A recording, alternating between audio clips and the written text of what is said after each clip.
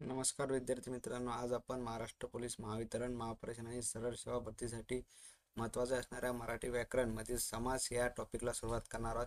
याच्या अगोदर आपण मराठी व्याकरणशी संबंधित भरपूर प्रकरणांचा अभ्यास केला आहे, तर तुम्ही प्लेलिस्टमध्ये बघू शकता। चला तर मग सुरुवात करू या समास या टॉपिकला। समास म्हणजे दोन शब्द एकत्र जोडणे। समासाचे खालील प्रमाणे प्रकार पडतात। त्यातील पहिला प्रकार अव्ययभाव समास हा आहे।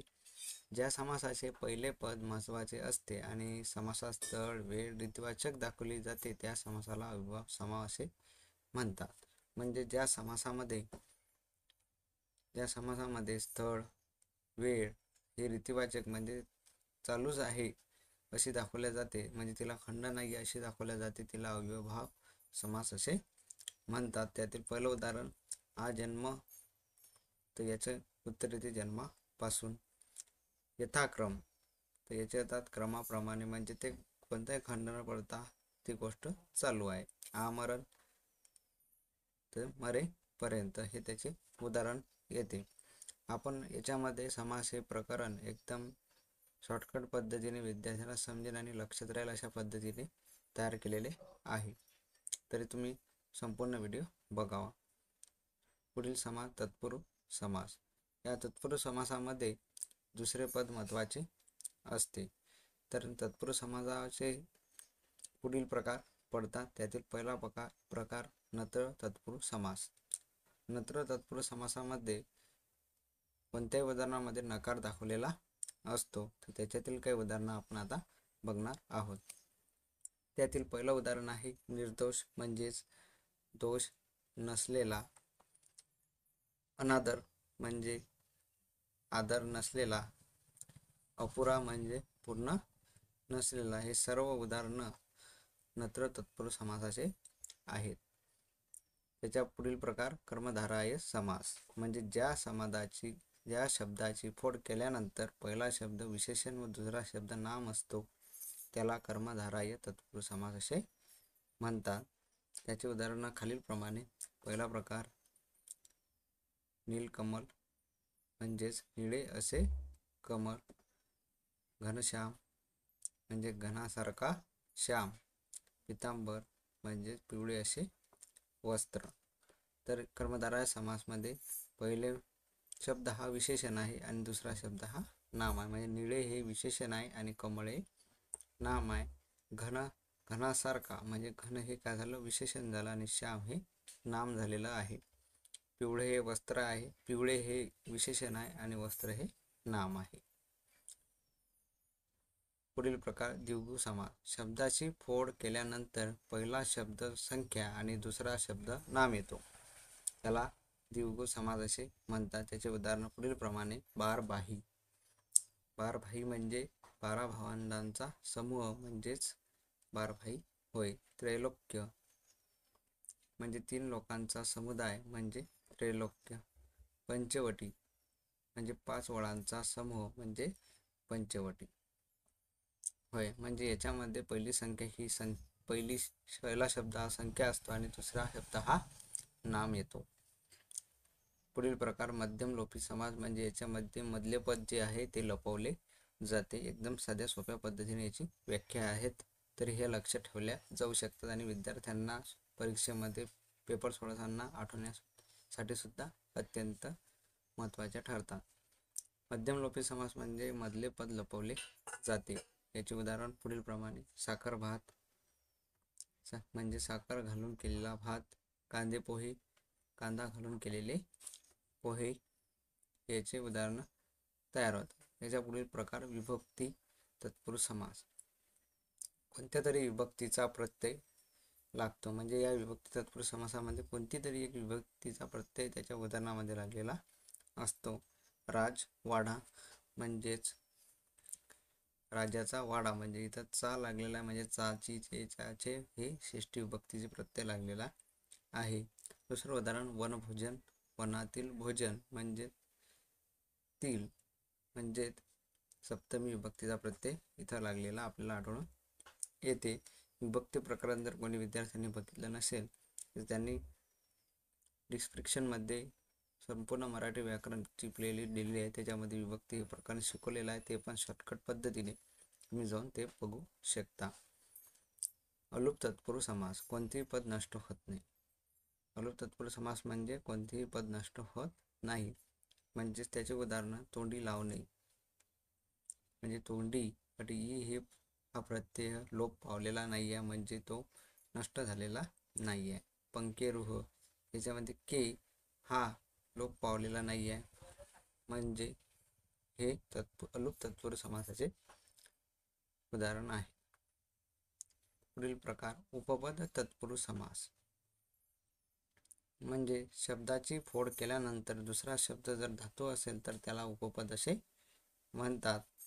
तर त्याचे उदाहरण पुढील प्रमाणे, धातू असेल तर त्याला उपपद असे म्हणतात. तर उदाहरण, याचं पहिला उदाहरण मूर्तिकार, म्हणजेच मूर्ती बनवणारा त्याला मूर्तिकार असे म्हणतात. शेतकरी म्हणजे शेती करणारा, म्हणजे बन कर हे सर्व काय आहेत तर धातू आहेत. त्याला नारा नारी नारे हे काय लागलेले आहेत तर प्रत्यय लागलेले आहे. ग्रंथकार म्हणजे ग्रंथ करणारा, हे सर्व धातू याला उपपद लागतात, म्हणून याला उपपद तत्पुरुष समास असे म्हणतात. पुढील प्रश्न, द्वंद्व समास.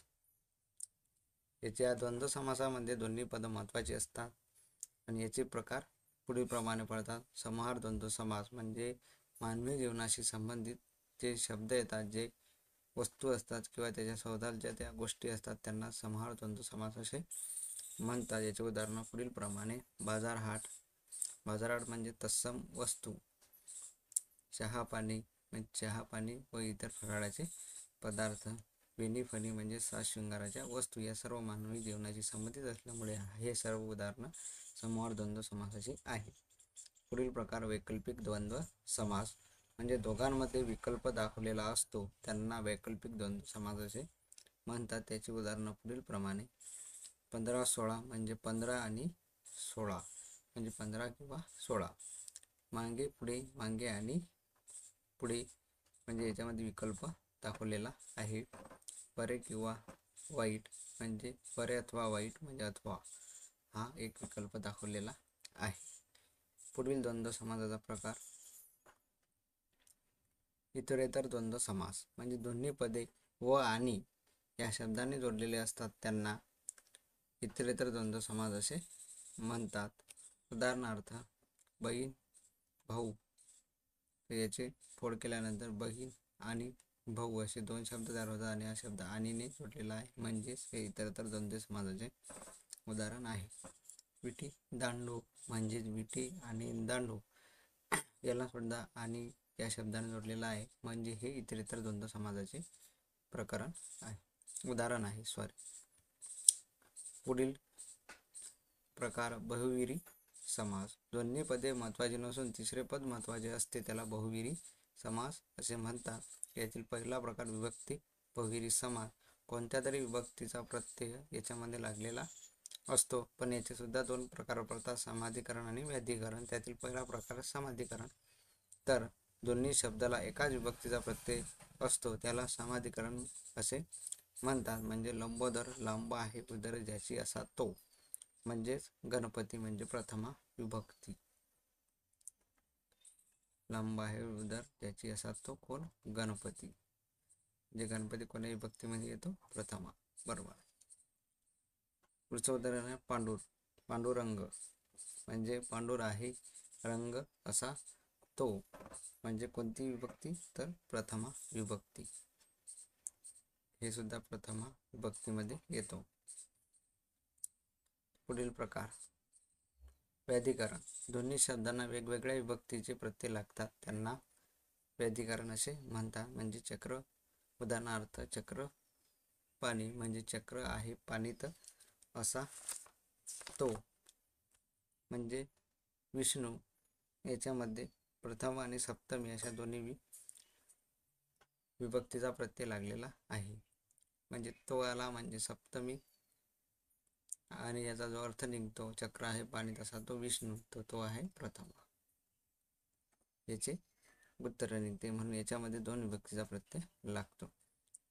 दुसरं उदाहरण गजानन, गजाचे आहे अनन ज्याला तो, म्हणजे गणेश याच्यामध्ये षष्ठी विभक्तीचा प्रत्यय लागतो आणि जे नाव आहे ते षष्ठी विभक्ती आणि गणेश हे प्रथम विभक्तीमध्ये येते. असे 2 विभक्तीचा प्रकार या व्याधिकरण मध्ये लागतो. पुढचा प्रकार नत्र बहुव्रीही समास, म्हणजे नकार दाखवलेला असतो. अनंत, उदाहरण बघू आपण. अनंत म्हणजे नाही अंत ज्याला ते, त्याला काय म्हणतात? अनंत म्हणतात. ते नत्र बहुव्रीही समास. अनियमित म्हणजे नियमित नाही असे ते. पुढील प्रकार सहबहुव्रीही समास, म्हणजे ज्या शब्दाची फोड केल्यानंतर स आणि सोबत असा अर्थबोध होतो त्याला सहबहुव्रीही समास असे म्हणतात. उदाहरणार्थ सदर म्हणजे आदरासहित असा तो, सहपरिवार परिवारासहित असा तो. पुढील प्रकार प्रादि बहुव्रीही समास, शब्दाची फोड केल्यानंतर प्र, परा, अप, दूर, सु, वि हे शब्द येतात त्याला प्रादि बहुव्रीही समास असे म्हणतात. उदाहरणार्थ प्रबळ म्हणजे अधिक बलवान असलेला, दुर्गुणी म्हणजे गुणापासून दूर असलेला. तर असेच नवनवीन मराठी व्याकरणचे टॉपिक बघण्यासाठी आणि रेल्वे भरतीची तयारी करण्यासाठी आणि महावितरण भरतीची तयारी करण्यासाठी आमच्या एक्झाम पॉईंट या यूट्यूब चॅनलला सबस्क्राईब करा आणि बेल आयकॉनला क्लिक करा, जेणेकरून पुढील क्लासेसचे व्हिडिओ तुमच्यापर्यंत पोहोचतील. आणि सर्व व्हिडिओच्या नोट्स आणि परीक्षेसंबंधित माहितीसाठी आमचे टेलिग्राम चॅनल एक्झाम पॉईंट या टेलिग्राम चॅनलला जॉईन करा. जय हिंद, जय महाराष्ट्र, जय